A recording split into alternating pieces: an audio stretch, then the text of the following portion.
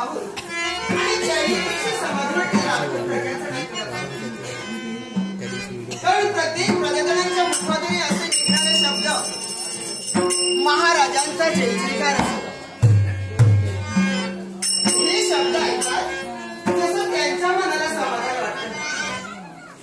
साहजिकच त्यांचं मन जर का समाधानी असेल तर संसारात वागणं क्षणभर का असेल आमच्या सुद्धा मनाला समाधान वाटतं. का वाटले?